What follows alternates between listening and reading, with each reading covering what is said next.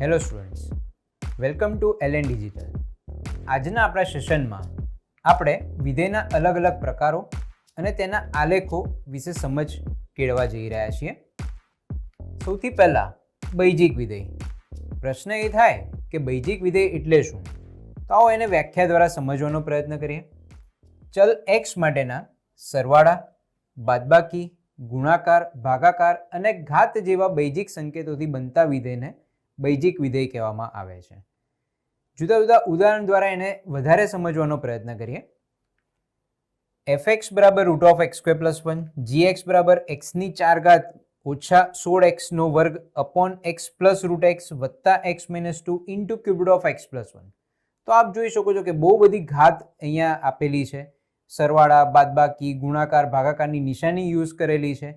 તો આ પ્રકારના વિધેયને બૈજિક વિધેય કહેવામાં આવે છે. બીજું વિધેય છે સમમેય વિધેય. તો ફરીથી પ્રશ્ન થાય કે કેવા પ્રકારના વિધેયને આપણે સમમેય વિધેય કહી શકીએ? તો આવો ચલો એને પણ આપણે વ્યાખ્યાથી સમજવાનો પ્રયત્ન કરીએ કે જો y બરાબર fx એ gx અપોન hx પ્રકારના વિધેય હોય તો તેમને આપણે સમમેય વિધેય કહીએ છીએ. જ્યાં gx અને hx એ બહુપદી હોય છે અને hx એ છેદમાં આવતું હોવાના લીધે શૂન્યેત્તર લેવું ખૂબ જ જરૂરી છે. તો y બરાબર 1/x આ વિધેય સમમેય વિધેય છે. તેનો આપણે આલેખ જોવાનો પ્રયત્ન કરીશું અને આલેખ ઉપરથી તેના પ્રદેશ અને વિસ્તાર જોવાનો પણ પ્રયત્ન કરીશું. હું તમને યાદ કરાવું કે પ્રદેશ એટલે x ની શક્ય કિંમતોનો ગણ થશે અને વિસ્તાર એ y ની શક્ય કિંમતોનો ગણ દર્શાવે છે. તો y બરાબર 1/x છે. x ની શક્યતાઓ વિચારીએ આપણે વાસ્તવિક સંખ્યાના ગણમાંથી, તો આપ જોઈ શકો છો કે x છેદમાં આવતું હોવાના લીધે x એ શૂન્યેત્તર લેવું પડે. x એ કોઈ પણ ધન વાસ્તવિક સંખ્યા હોય તો આપણે એને લઈ શકીએ છીએ. x એ કોઈ પણ ઋણ વાસ્તવિક સંખ્યા હોય તો તેને પણ આપણે લઈ શકીએ છીએ. તો આપણે હવે એને અનુરૂપ અહીંયા આલેખ જોવાનો પ્રયત્ન કરીએ. તો x ની ધન વાસ્તવિક કિંમતો માટે અને x ની ઋણ વાસ્તવિક કિંમતો માટે y બરાબર 1/x નો આલેખ કંઈક આ પ્રકારનો મળતો હોય છે.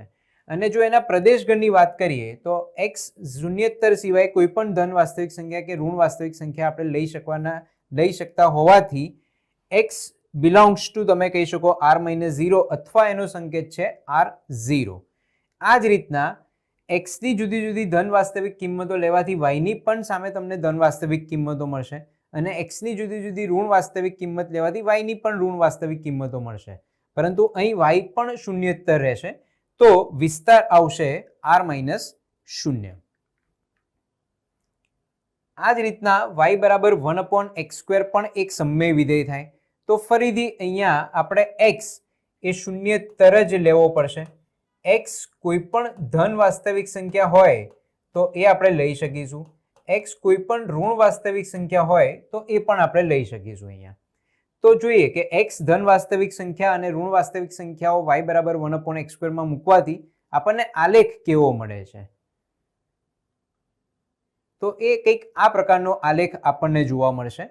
તો અહીં આપણે x ને શૂન્યેત્તર લેતા હોઈએ છીએ. x કોઈ પણ ધન વાસ્તવિક સંખ્યા, ઋણ વાસ્તવિક સંખ્યા લઈ શકતા હોવાથી તેનો પ્રદેશ થશે ફરીથી r0.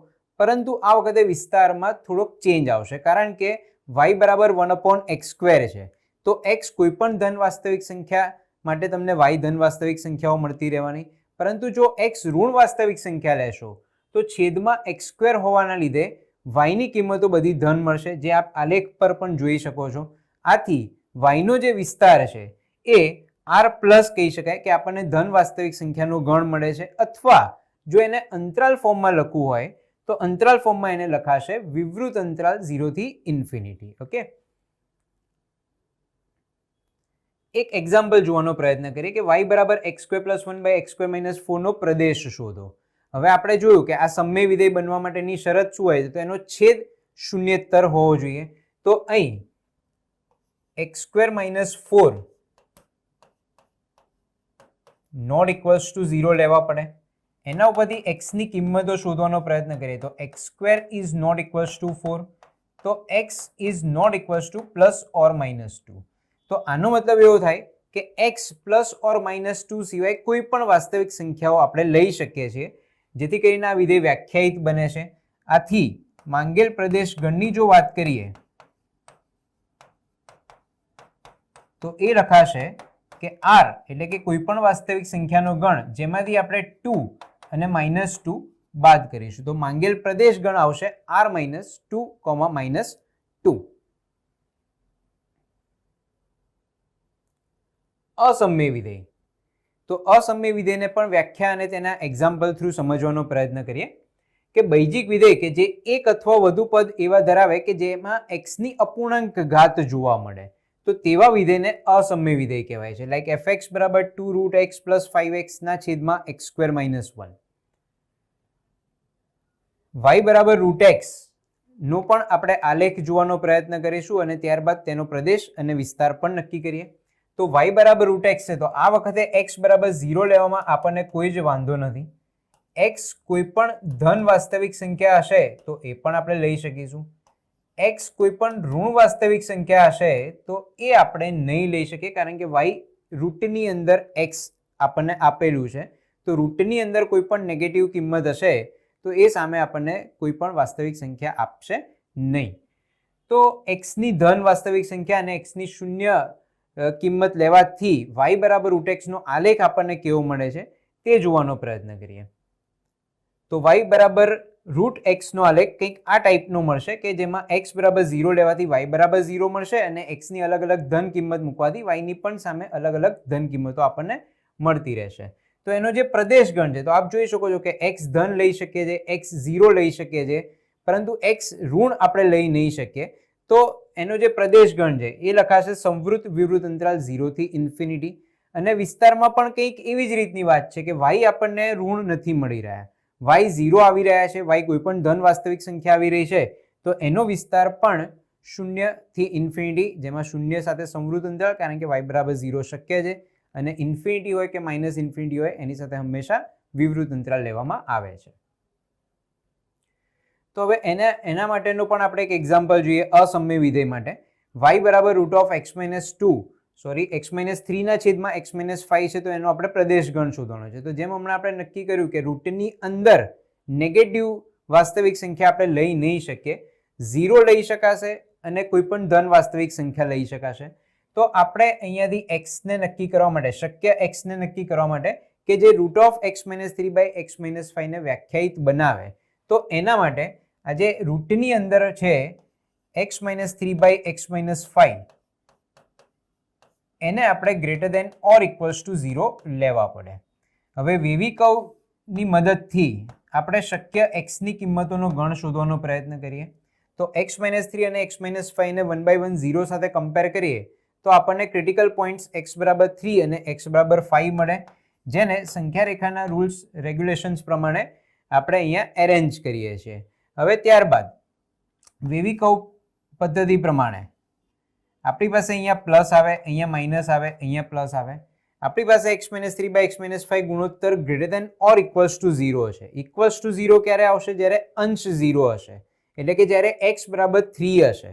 x = 5 લઈ નહીં શકાય કારણ કે છેદ શૂન્યેતર હોવો જરૂરી છે અને >0 છે તો જ્યાં મેં પ્લસ લખ્યા છે એટલો ભાગ આપણે પ્રદેશ ગણ માટે લઈ શકીએ છીએ, એટલી x ની કિંમતો પ્રદેશ ગણ માટે લઈ શકીએ છીએ. તો માંગેલ પ્રદેશ ગણ એ આવશે વિવૃત સંવૃત અંતરાલ -∞ થી 3 યોગ વિવૃત અંતરાલ 5 to ∞.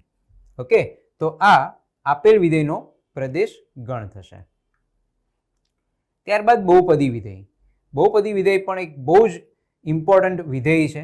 એની વ્યાખ્યા પણ સમજવાનો પ્રયત્ન કરીએ કે fx = a0 x⁴ વત્તા a1 x⁻n - 1 વત્તા a2 x⁻n - 2 અને વગેરે છેલ્લું પદ આપણી પાસે an આવશે. પણ આને બહુપદી વિધેય કહેવા માટે ઘણી બધી શરતો છે. શરતો જોવાનો પ્રયત્ન કરીએ કે જ્યાં n જે છે આ બધી જે ઘાતવાળા n છે એ અનઋણ પૂર્ણાંક એટલે કે શૂન્ય હોઈ શકે છે, ધન હોઈ શકે છે પણ ઋણ નહીં હોઈ શકે. તો અનઋણ પૂર્ણાંક અને a0 a1 a2 up to an જેને સહગુણકો કહેવાય છે તે વાસ્તવિક સંખ્યાઓ હોવી જોઈએ, પરંતુ એની અંદર પણ એક શરત છે કે a0 જે છે એ શૂન્યેતર હોવું જરૂરી છે. a0 શું કામ કરે છે? એ એન્જિન જેવું કામ કરે છે. તમે ટ્રેન જોઈ હશે, તમને ખ્યાલ છે કે એન્જિન નહીં હોય તો ટ્રેન ચાલી નહીં શકે, બરાબર. તો A0 જે છે એ એન્જિન જેવું કામ કરે છે. એન્જિનને તો આપણે બચાવી જ રાખવું પડે આખી ટ્રેનને ચલાવી હોય તો, પરંતુ તમે એકલા એન્જિનને પણ પાટા ઉપર દોડતું જોયું હશે. પાછળ ડબ્બા ના હોય એવું એન્જિન પણ તમે જોયેલું હશે. તો એકલું એન્જિન હોય તો એ દોડી શકે છે. તો એવી રીતના જો A1 A2 up to AN આ કોઈ પણ શૂન્ય હોય તો ચાલે, આગળ A0 શૂન્યેતર હોવું જોઈએ, બરાબર. તો અને હવે જો A0 શૂન્યેતર હોય તો એક્સની હાયર ઘાત જે છે, જે વધારેમાં વધારે ઘાત છે, એ આપણને n દેખાઈ રહી છે. તો ત્યારે એ એફને n ઘાત વાળું બહુપદીય વિધેય કહેવાશે. ઓકે, તો બહુપદીય વિધેય એ એનની જે n જે ઘાત હતી એ ઘાતની આપણે કોઈક સંખ્યાઓ લઈએ તો એ પ્રકારે બહુપદીય વિધેયના અલગ અલગ પ્રકારો આપણને મળી શકતા હોય છે. તો જો ઘાતાંક 0 હોય તો તેને અચળ વિધેય કહેવાય છે. જો ઘાતાંક 1 હોય તો તેને સુરેખ વિધેય કહેવાય છે. ઘાતાંક 2 હોય તો એને દ્વિઘાત વિધેય કહેવાય છે. ઘાતાંક 3 હોય તો ત્રિઘાત વિધેય કહેવાય છે. આમ ઘાતાંક તમે જેમ જેમ વધારતા જાઓ એમ અલગ અલગ એ વિધેયના નામ બદલાતા રહેશે. તો આમાંના આપણે થોડાક વિધેયો જોવાનો પ્રયત્ન કરીએ. તો સૌથી પહેલા શરૂઆત કરીએ અચળ વિધેય. તો અચળ વિધેય કોને કહેવાય? તો f જે r થી r પરનું વિધેય હોય, જ્યાં fx એ માત્ર તમને કોઈ અચળ k મળે. તમે જો અહીંયા કોઈ x નથી, આપણે આગળના આલેખ જે જોયા એમાં y બરાબર 1/x હતું, y બરાબર 1/x² હતું, y બરાબર √x હતું, તો કંઈક x સામેની સાઈડ ઇન્વોલ્વ હતું, પરંતુ અહીંયા મેં એકલો અચળ k આપેલો છે, બરાબર. તો ગ્રાફિકલી એને સમજવાનો પ્રયત્ન કરીએ કે fx બરાબર અચળનો ગ્રાફ કેવી રીતનો બને. તો જસ્ટ ઇમેજિન કે આ k બરાબર 5 છે, k બરાબર 5 છે, x તમારે હંમેશા પ્રદેશ ગણમાંથી પસંદ કરવાનું હોય. તો x ની અલગ અલગ ઋણ વાસ્તવિક કિંમત, ધન વાસ્તવિક કિંમત અને શૂન્ય માટે તમે fx શોધવાનો પ્રયત્ન કરો. તો અહીંયા 5 હોવાના લીધે એ જે ઋણ વાસ્તવિક કિંમત હતી, 0 હતી કે ધન વાસ્તવિક કિંમત જે x માટે લીધેલી છે, એ સામેના 5 કે k ઉપર કોઈ ઇફેક્ટ નહીં કરે, બરાબર.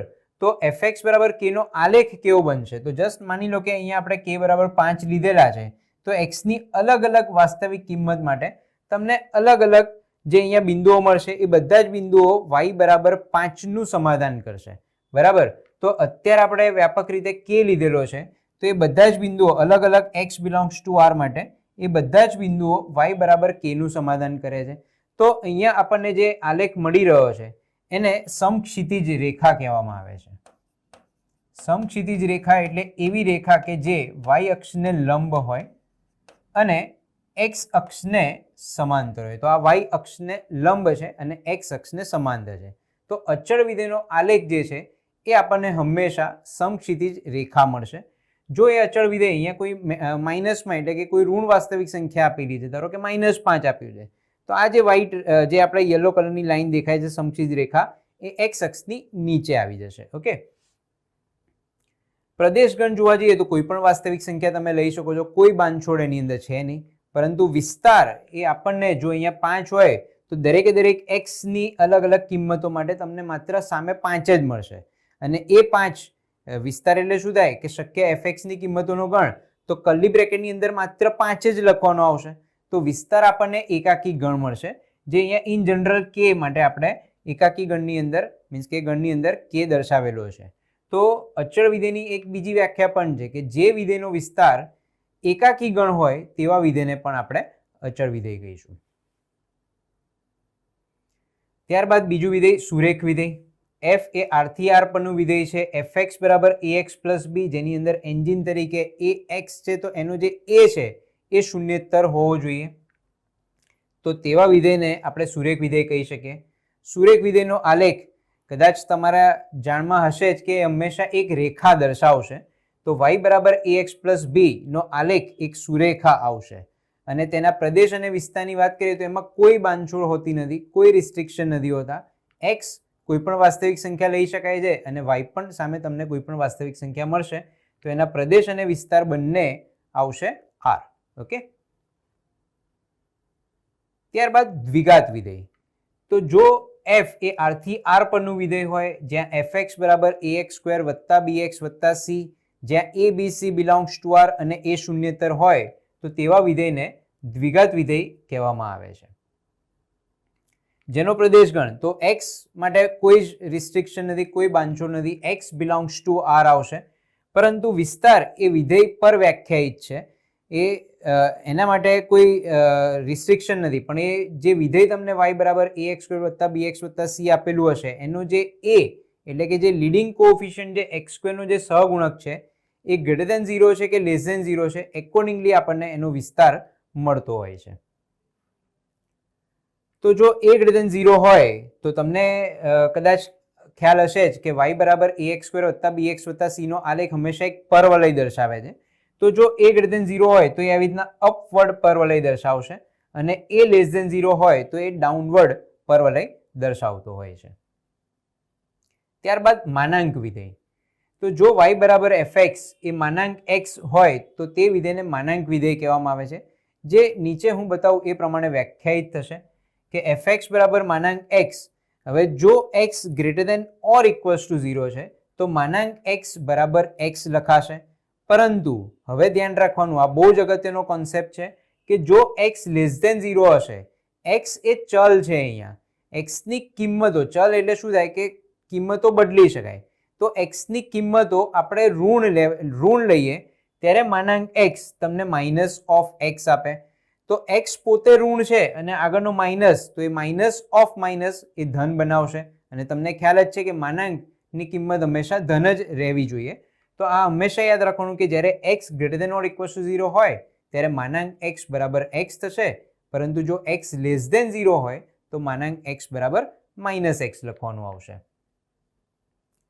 તો એને આપણે આલેખની મદદથી પણ સમજવાનો પ્રયત્ન કરીએ કે જો x ગ્રેટર દેન 0 હોય, હું માત્ર ગ્રેટર દેન 0 વિચારું છું, તો કોઈ પણ x ધન વાસ્તવિક સંખ્યા માટે તમને fx ની કિંમત પણ સામે એક ધન વાસ્તવિક સંખ્યા મળશે. x બરાબર 0 લઈએ ત્યારે f ઓફ 0 માનાંક 0 સામે તમને 0 આપશે. અને હવે જો x કોઈ પણ ઋણ વાસ્તવિક સંખ્યા લઈએ, એ માનાંકની અંદર મૂકીએ તો તમને ખ્યાલ જ છે કે સામે તમને હંમેશા ધન આન્સર જ મળવાનો છે. તો આ y બરાબર મોડ્યુલસ ઓફ x નો આલેખ થયો. x કોઈ પણ વાસ્તવિક સંખ્યા લઈ શકો છો, પરંતુ સામે y તમને 0 અથવા કોઈ ધન વાસ્તવિક સંખ્યા મળશે. તો પ્રદેશગણ આવશે એનો r અને વિસ્તાર એનો આવશે સંવૃત અંતરાલ 0 થી વિવૃત અંતરાલ ઇન્ફિનિટી. ઓકે,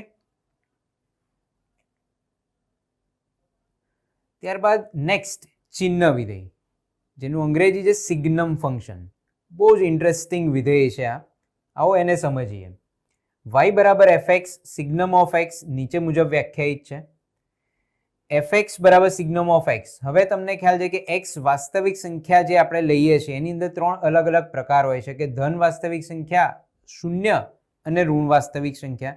તો સિગ્નમ ઓફ x એટલે કે ચિહ્ન વિધેય માટે ફિક્સ્ડ fx હોય છે કે જો x ગ્રેટર દેન 0 હોય તો fx ની કિંમત માત્ર 1 જ લેવાની થાય. જો x ઇક્વલ્સ ટુ 0 હોય તો fx ની કિંમત 0 જ લેવી પડે. અને જો x કોઈ પણ ઋણ વાસ્તવિક સંખ્યા હોય તો fx તમને હંમેશા -1 જ મળે. તો x કોઈ પણ તમે ધન વાસ્તવિક સંખ્યા, શૂન્ય કે ઋણ વાસ્તવિક સંખ્યા લઈ શકો છો.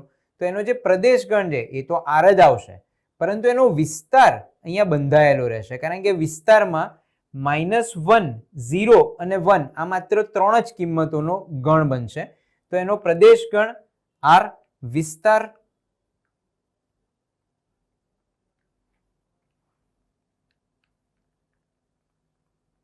એનો વિસ્તાર આવશે -1, 0 અને 1. આવો આપણે એનો આલેખ પણ જોવાનો પ્રયત્ન કરીએ.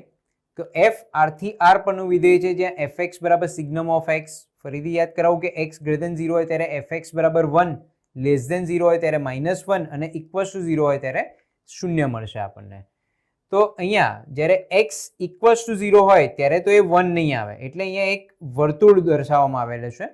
એનો મતલબ એવો થાય કે તમે x બરાબર 1, x બરાબર 0 માટે y બરાબર 1 નથી લઈ રહ્યા, પણ જેવા x બરાબર 0 થી સહેજ આગળ જશો એટલે y ની કિંમતો બધી જ આપણને 1 મળશે. x બરાબર 0 માટે એક્ઝેક્ટલી આપણને 0 મળશે અને x સહેજ 0 થી તમે લેફ્ટ હેન્ડ સાઈડ શિફ્ટ થશો એટલે નેગેટિવ કિંમતો શરૂ થઈ x ની, તો એને અનુરૂપ આપણને y ઇક્વલ્સ ટુ -1 મળશે. ઓકે,